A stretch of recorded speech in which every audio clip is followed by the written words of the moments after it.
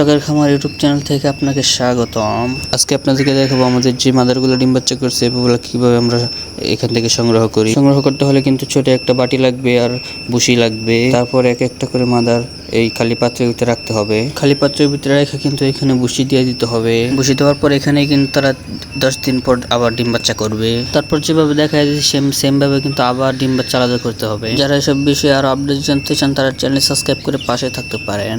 আমাদের কাছে এখন কিন্তু পর্যাপ্ত পরিমাণ মাদার এবং লার্ভা আছে। আপনারা যারা আমাদের কাছ থেকে সংগ্রহ করতে চান তারা কিন্তু আমাদের কাছে এখন সংগ্রহ করতে পারবেন। আমরা কিন্তু আমাদের শখের পশু প্রাণীকে এইগুলাকে কিন্তু খাওয়াই। এগুলো খাওয়ানোর কারণে কিন্তু অনেক প্রোটিনের চাহিদা পূরণ হয়। পিছনে যে পাখিগুলো দেখছেন সেগুলো কিন্তু আমরা এগুলো খাওয়াই কারণে কিন্তু ওজন অনেক বৃদ্ধি হয়। আপনাদের যাদের শখের পশু প্রাণী আছে তাদের কিন্তু এগুলো খাওয়াতে পারেন। তাদেরকে এগুলো খাওয়ালে কিন্তু অনেক ওজন হয় এবং কি রোগ বালাই থেকে অনেক দূরে থাকে। তো এখন কিন্তু আমাদের সবগুলো বাচ্চা শেষ। এখন কিন্তু আমরা সবগুলো ভুসি দিয়ে দিচ্ছি। ভুসি দেওয়ার পর কিন্তু আবার আমরা যেই মাদার যেগুলো যে জায়গায় ছিল ওই গেলায় কিন্তু রাইখা দিব।